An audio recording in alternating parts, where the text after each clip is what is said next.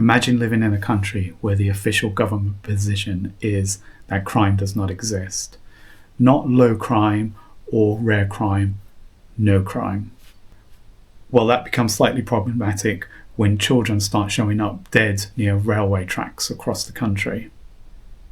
That's the premise of Child 44, a thriller set in Stalinist Soviet Russia, where the most dangerous thing in the world isn't a serial killer, it's admitting that one exists. Hi, my name's Jason and welcome to Chapter and Curse. Today I'm going to be reviewing Child 44 by Tom Rob Smith. So what's the book about? Well, the story follows Leo Demidov, a loyal officer in the Soviet security services. Essentially, a man whose job it is to make people disappear and ensure that the system works perfectly for doing so. And Leo is very, very good at his job. Unfortunately for him, though, reality has other plans. When a series of child murders begin appearing across the country, Leo is sent to investigate and slowly starts to realize that the state's official narrative, that crime is a capitalist disease and it doesn't exist and would never infect Soviet Russia, well, that might actually be a little bit inaccurate. And as Leo and his wife begin investigating and unraveling the mystery of the murders, and he quickly discovers that hunting a killer is dangerous, but not as dangerous as the state that refuses to believe that he actually exists. So what makes this book interesting isn't that it's just a crime story, and a very gripping one at that. It's the actual world and setting that it takes place in. The novel explores themes of truth versus ideology. What happens when reality contradicts the actual system that you have set up?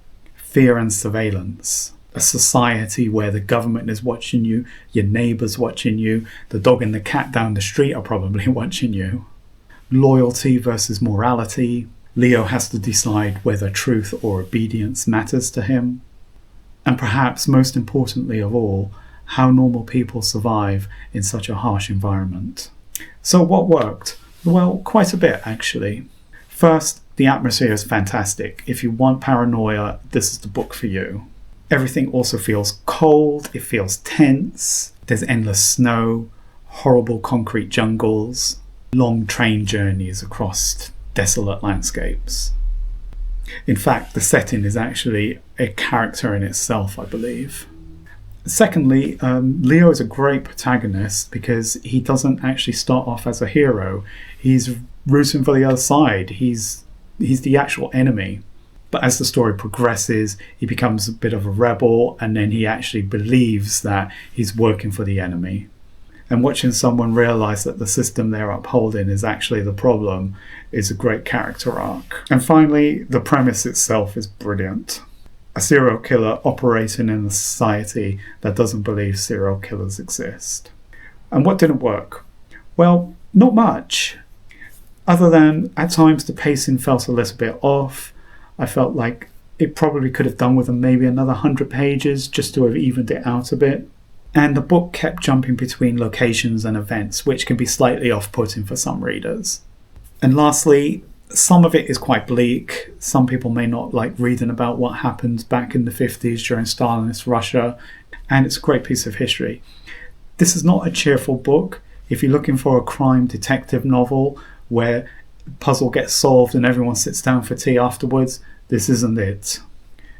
It's grim, it's bleak, and it's paranoid. Overall, Child 44 is a dark book. It's an intelligent thriller that works well as a crime novel and very much as a historical reflection of the time. Gripping, unsettling, packed with atmosphere. But more than anything, it asks a fascinating question. What happens when the truth is more dangerous than the crime itself?